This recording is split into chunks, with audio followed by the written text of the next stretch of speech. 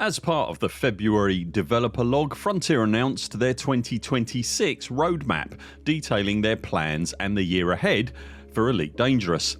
As well as 6 new vessels spread throughout the year and the delayed operations platform update, currently windowed for next month, there is also what the company is describing as a feature reboot.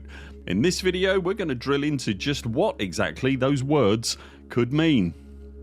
When trying to decipher just what Frontier might be alluding to when discussing their proposed feature reboot, it's important to look at precisely what wording the team used during the pre-recorded interview last month, as well as the surrounding environment that the game still exists in.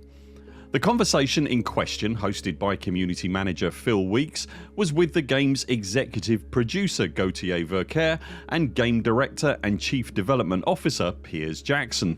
When introducing the feature reboot, Gauthier noted that, quote, the team will be looking at a core system of the game which is impacting many aspects of the game itself, end quote.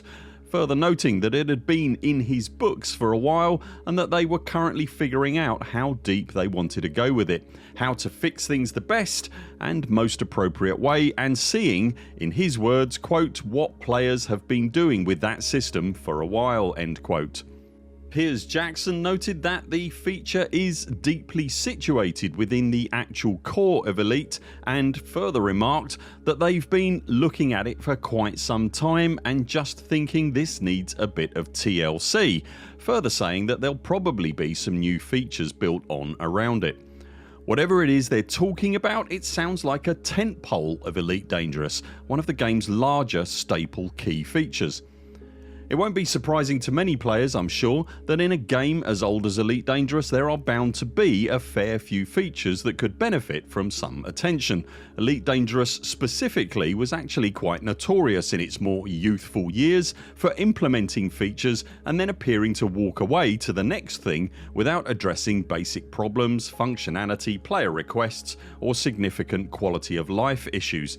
As just some examples, systems such as ship-launched fighters and their hired crew, passenger transport missions, CQC, crime and punishment, telepresent multi-crew and carrier navigation and refueling mechanics have, for the most part, remained functionally the same since they were introduced. Without a doubt, each one of these features would benefit from a brush of paint, but when the developers talk about their targeted feature being a core system of the game, I think it's fair to say that what we're looking at is surely something much bigger that touches a lot more players, particularly if they're introducing it as a benchmark moment in the year's roadmap.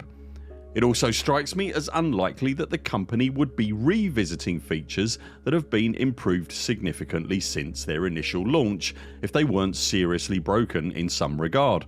Chapter 4 of the Beyond series of updates, which launched in 2018, saw significant and game-changing updates introduced to both mining and exploration mechanics, bringing in core mining, the full spectrum scanner and detailed surface scanner amongst other things, and for the most part, as toolsets at least, those features are working pretty much as intended and coping with the content of the game as it currently stands.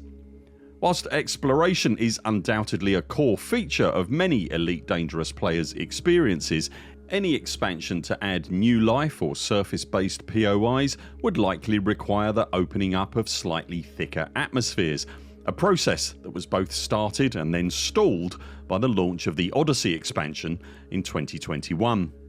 To open access to more and different atmospheric worlds and terrain types at this point would likely require a whole new expansion to the game, and right now that strikes me as unlikely because of the costs and associated risk involved. Similarly, the existing terrain styling that Odyssey introduced is not without its own aesthetic challenges, and in an ideal world it absolutely would benefit from a workover. Weird and spiky mountain ranges are still a relatively common sight in the galaxy, as are overly flat planetary surfaces, and whilst I won't for one moment claim to be an expert at all on FDev's finances and how Elite contributes to them these days, those kind of sweeping art asset changes and everything else that rebuilding a galaxy entails strikes me as a significant cost. Without wishing to sound too cynical, I do try to remain a grounded realist in this imaginary galaxy with faster than light travel and aggressive alien species, and FDev are still expressing a degree of frugal caution with everything they produce around Elite Dangerous, and I'm personally struggling to see how they might justify such artistic costs against any projected return on the investment their introduction might bring. If the promised feature reboot isn't a tentpole of Elite Dangerous such as mining or exploration, then what could it be? In late 2024, Powerplay received the single biggest update it has ever seen since its introduction in 2015. Following the update, 2025, along with colonisation, became very much the year of Powerplay, and it was hugely successful for FDev, causing swathes of existing players to finally look at the system, engage with it, and, really importantly, alongside other updates, the noise that Powerplay made also brought new and lapsed players into the game. There's that all-important return on investment. The operations update, we already know, optionally ties into Powerplay as well as BGS, dovetailing nicely with a system that has seen investment, proven its worth, and keeps those players, new and old, engaged with a string of new content. There's its value to Frontier as an individual update. When colonisation landed last year, not only did it engage and excite the existing player base, but it also similarly brought in new and lapsed players, but its ability to rapidly and suddenly expand the bubble and occupied human space had a side effect that the player base did not anticipate.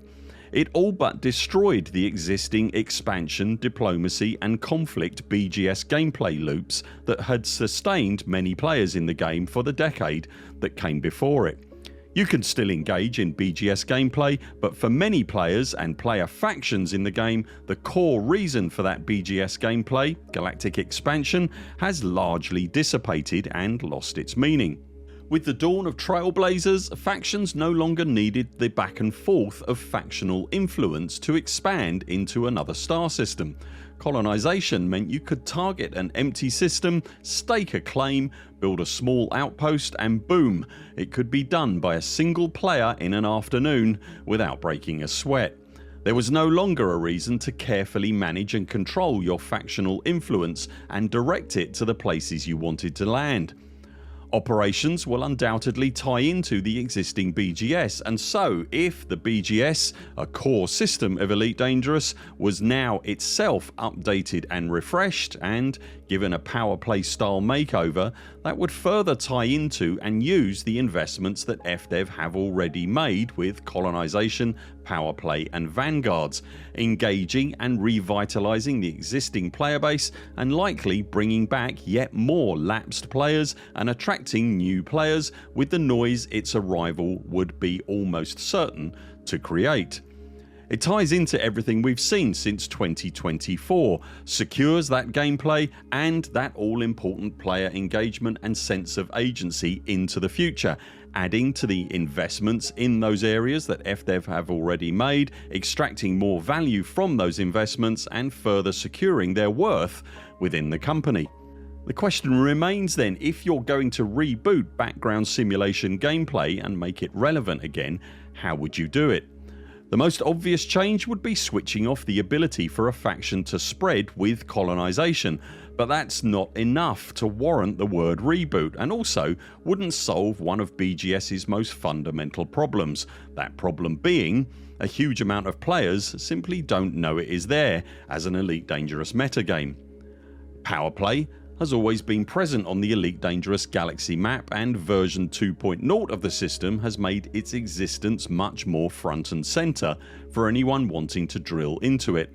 Powerplay now also has an experience bar that you can work through that brings with it genuinely useful, tangible rewards in the game. Were something similar to be included as part of a BGS reboot, perhaps bringing with it personal progress, a similar reward structure, and putting a meaningful set of filters and options onto the map, giving it visibility to a wider audience, you can see then how it would once more gain value as a feature in its own right. The feature reboot is currently scheduled as part of Phase 4 of 5, due this autumn. and if the pattern of previous years is anything to go by, we likely won't hear more about it until much later in the year. Between now and then we of course have the operations update and a fair few new vessels to distract us, as well as the evolution of more of the game's hanging story threads. When we know any more, we will of course let you know right here.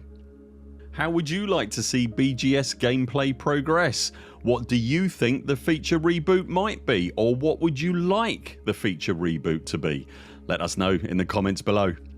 If you've enjoyed this video, remember to subscribe to the channel so that you see all our videos and community posts, and if you'd like to support our work here at the Buur Pit, you can also join us on Patreon. Links to that and everything else we've talked about in this video you'll find linked below.